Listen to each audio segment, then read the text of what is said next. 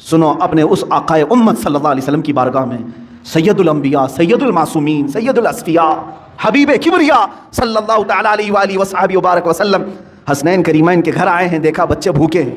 سیدہ نے کہا کہ ابا جان گھر میں السلام علیکم ورحمۃ اللہ وبرکاتہ۔ امید ہے آپ سب خیریت سے ہوں گے۔ میں بھی الحمدللہ اللہ کا لاکھ لاکھ شکر ہے، احسان خیریت سے ہوں۔ اور انشاءاللہ جس ویڈیو پہ ریئیکشن دینے آ رہے ہیں، بڑی امپورٹنٹ ویڈیو ہے دوستوں، اور بڑی عبرتناک ویڈیو ہے یہ بیان ہے مفتی سلمان اظہری صاحب کا، اور بہت بہترین یہ بیان ہے دوستوں۔ اس بیان کو بہت غور سے سنیے گا اور اس پہ عمل کرنے کی کوشش بھی کریے گا، کیونکہ یہ بیان ہمارے پیارے آقا نبی پاک صلی اللہ علیہ وسلم نے کر کے دکھایا ہے اپنی امت کے لیے کہ حلال روزی کسے کہتے ہیں۔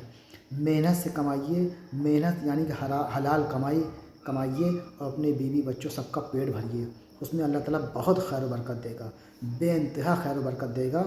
بس وقتی پریشانی ہوگی لیکن اللہ تعالیٰ خیر و برکت دے گا، اور اس کا آپ کو حساب کا جو معاملہ رہے گا وہ بھی آسان رہے گا قیامت والے دن۔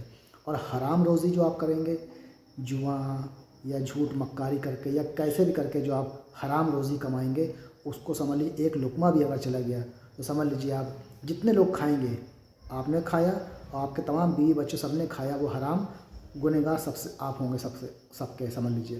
گھر کے اگر 5 لوگ ہیں تو وہ 5 لوگ کے گنہگار بھی آپ کے اوپر جائے گا کہ آپ نے اگر حرام کھلا دیا۔ تو دوستو آئیے اس بیان کو پہلے سنتے، بڑا درد بھرا یہ بیان ہے، اور بہت غور سے سنیے گا، جتنا ہو سکے اس کو شیئر ضرور کریے گا، کیونکہ آج کل ہمارے مسلم معاشرے میں یہ چیز بڑی خراب ہوتی آ رہی ہے کہ روزی مطلب حلال کے کما نہیں رہا آدمی، اور پیسے کے چکر میں حرام حلال سب مطلب کمایا پڑا ہے، بس خالی پیسہ آنا چاہیے، چاہے وہ حرام ہو یا حلال ہو، اس سے فرق ہی نہیں پڑتا کسی مسلمان کو، بس پیسہ آنا چاہیے، چاہے وہ کوئی بھی راستہ ہو، چاہے جھوٹ سے ہو، مکاری سے ہو، چغلی سے ہو یا سود خوری سے ہو، کیسے بھی کر کے پیسہ آنا چاہیے۔ آج کل لوگوں نے یہ اپنا دھندا بزنس بنا لیا ہے۔ تو آئیے پہلے ویڈیو دیکھتے ہیں، پھر اس کے بعد بات کرتے ہیں۔ سنو اپنے اس آقائے امت صلی اللہ علیہ وسلم کی بارگاہ میں، سید الانبیاء، سید المعصومین، سید الاصفیاء، حبیب کبریا صلی اللہ تعالی علیہ وآلہ وصحبہ وبارک وسلم حسنین کریمین کے گھر آئے ہیں، دیکھا بچے بھوکے ہیں۔ سیدہ نے کہا کہ ابا جان گھر میں کوئی چیز نہیں ہے، کھجور تک نہیں ہے بچوں کو کھانے کے لیے۔ حضور اکرم صلی اللہ علیہ وسلم نے کیا فرمایا؟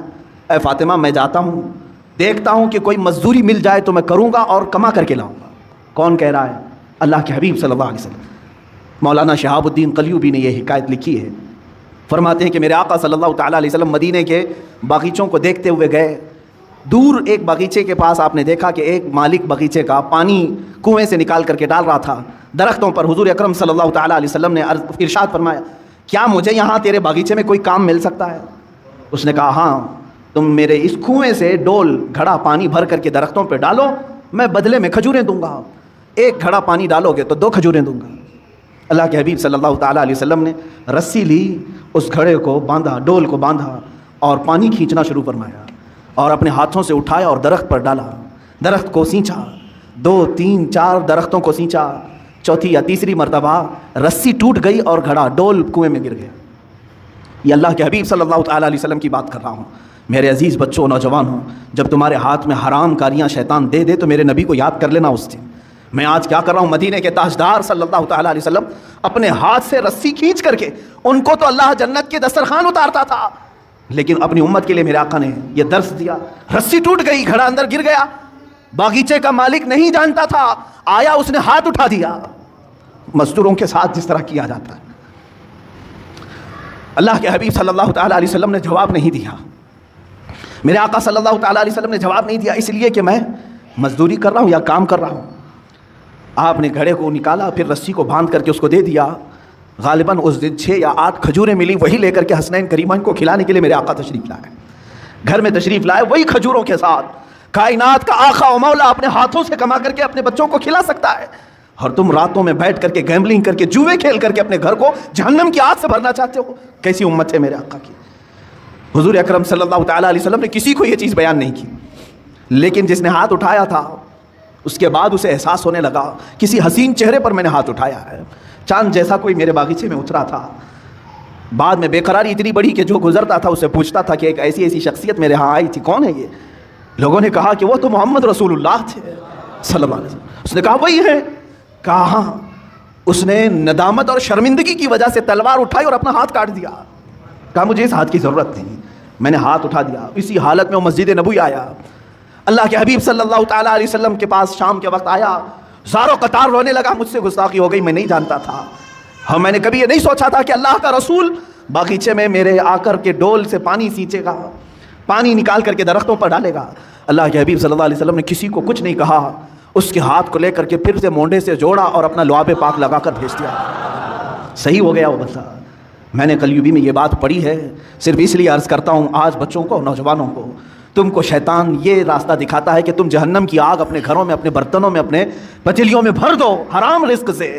اور اللہ کا حبیب صلی اللہ تعالیٰ علیہ وسلم تمہیں یہ درس دیتا ہے, رسول کریم صلی اللہ علیہ وسلم تمہیں یہ راستہ دکھاتے ہیں کہ تمہارا گھر حلال کی برکتوں سے منور ہو جائے, تم کھاؤ نور پیدا ہو. جس کے گھر میں حلال رزق ہوتا ہے اس کو عبادتوں کا ذوق بڑھ جاتا ہے, اس کے سجدوں میں لذت زیادہ ہو جاتی ہے, وہ مسجد سے نکلنے کی خواہش کبھی نہیں کرتا, وہ اللہ کی بارگاہ میں ملاقات کی خواہشیں زیادہ کرنے لگ جاتا ہے. حلال جب جسم کے اندر نہ ہو تو پھر اس کے پیٹ میں غلاظتیں ہی زیادہ, افکار و نظریات خراب, پراگندہ اور ہمیشہ حرام کاری کرنے کی خواہشیں پیدا ہونے لگتی ہیں. سیم یہی مثال ہے کہ اس پیٹ میں تم غلاظت ڈالو گے, ہاتھوں اور پیروں سے غلیظ کام ہی ہوں گے. حلال لقمے ڈالو تو آنکھوں سے بھی نور چمکے گا, زبانوں سے بھی شہد ٹپکے گا, ہاتھوں اور پیروں سے بھی نیکیوں کے کام ہوا کریں گے. رزق کا بڑا اہم رول ہے اسلامی زندگی میں. اگر مسلمان اس کی توجہ نہیں کرتا تو میں سمجھتا ہوں وہ ظاہری مسلمان ہے, باطن میں جہنم کی آگ بھر رہا ہے, باطن میں دوزخ کی آگ بھر رہا ہے. سیدنا حبیب اعجمی رحمۃ اللہ تعالیٰ علیہ کے بھی متعلق یہی ہے. وہ سود کا کاروبار کرتے تھے, لیکن ایک دن ان کی بیوی نے دیکھا کہ گھر میں پتیلی رکھے ہیں, گوشت اور سالن چڑھا کر کے گئے. پکنے کے بعد دیکھا تو پوری کی پوری ہانڈی میں خون بھرا ہوا تھا, سود کی رقم تھی. بیوی نے کہا کہ یہ جب لوگوں کا سود لیتے ہو تو یہی ہوگا, ہو سکتا ہے اللہ تعالیٰ تمہیں اپنی طرف بلانے کے لیے نشانی دی ہے, ورنہ تو اکثر کو اللہ تعالیٰ نشانی بھی نہیں دیتا کہ ان کے لیے آخرت کا عذاب ہے. تمہیں اللہ تعالیٰ ایک موقع دیا ہے. اسی دن وہ توبہ کر کے اپنے گھر سے نکل گئے. ہاں میں جانتا ہوں جو حرام کاریوں میں ملوث ہیں ان کے لیے اب محنت کرنا مشکل ہو جاتا ہے. بڈی کے کاروبار کرنے والے سوچتے ہیں اب تک تو بیٹھ کر کے نواب بن کر کے کھاتا تھا, لیکن اب اگر یہ نہیں کروں گا تو محنت, ہاں تمہاری آزمائش بھی ہوگی. حبیب اعجمی فرماتے ہیں 9 دن تک مسجد میں بیٹھتا تھا, کوئی کام مجھے آتا ہی نہیں تھا.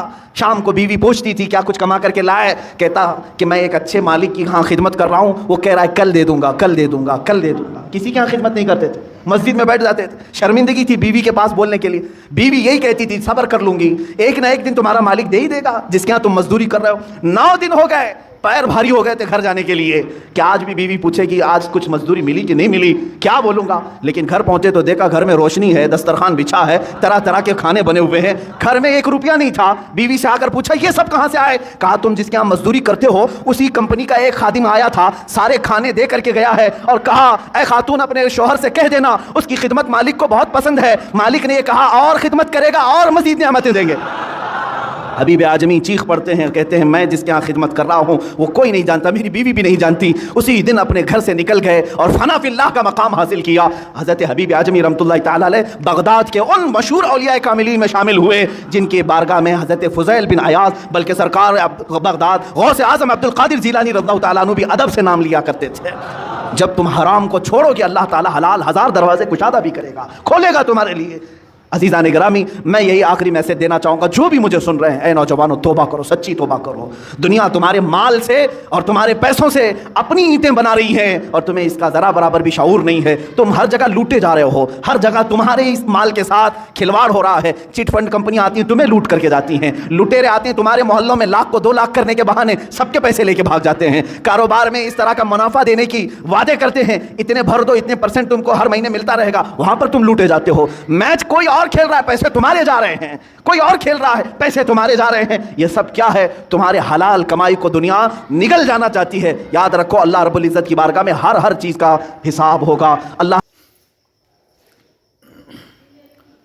تو دوستوں یہ تمام ایکشن جو آپ نے دیکھا کتنا دردناک بیان تھا. یہ ہمارے آقا پیارے نبی پاک صلی اللہ تعالی علیہ وسلم جب محنت کر کے مزدوری کر کے جب پیسہ کما سکتے ہیں, اپنے بچوں کو کھلا سکتے ہیں, تو ہم انسان کو اللہ انہوں نے کیا نصیحت دی کہ اپنی امت کو کہ محنت مزدوری یعنی کہ حلال کمائی, خود بھی کھائیں اپنے گھر والوں کو بھی کھلائیں.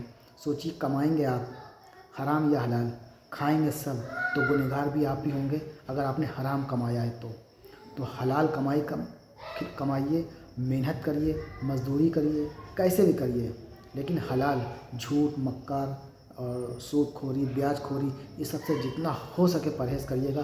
بہت بڑا گناہ ہے سمجھ لیجیے یہ پیسہ، آدمی پریشان ہے پیسے کے لیے کہ بنگلہ بن جائے، بلڈنگ کھڑی ہو جائے، گاڑی آ جائے، تمام چیزوں میں آدمی پریشان ہے، لیکن بس یہ وقتی ہے، چند لمحوں کی یہ زندگی ہے۔ ایک بار سانس رکی سب کچھ ختم، یہ بلڈنگ، یہ بینک بیلنس، یہ سونا چاندی، پیسہ، گاڑی، کچھ بھی ساتھ نہیں جائے گا، صرف آپ کے اعمال ساتھ جائیں گے، جو آپ نے اچھے کیے ہوں گے وہ بھی اور جو برے کیے ہوں گے وہ بھی۔ تو کوشش کریں اس دنیا میں جتنی بھی زندگی اللہ نے دی ہے تو توبہ کر لیں۔ اگر کوئی غلط کام کرتے ہیں یا کیا ہے تو بس سچے دل سے توبہ کریں، اپنے گناہوں کو یاد کر کر کے توبہ کریں، تو انشاءاللہ نے چاہے تو اللہ ضرور معاف کرے گا۔ اللہ غفور رحیم ہے، اللہ اپنے بندوں سے بہت محبت کرتا ہے۔ تو کوشش کریں حلال روزی کمانے کی اور اللہ کو راضی کرنے کے لیے سارے کام کریں، اس سے اللہ راضی ہوگا۔ تو امید ہے دوستو یہ ویڈیو ہماری اچھی لگی ہوگی، ویڈیو اچھی لگی ہو تو اس کو شیئر کریے گا۔ ہم آپ سے ملیں گے نیکسٹ ویڈیو میں، تب تک کے لیے السلام علیکم ورحمۃ اللہ وبرکاتہ۔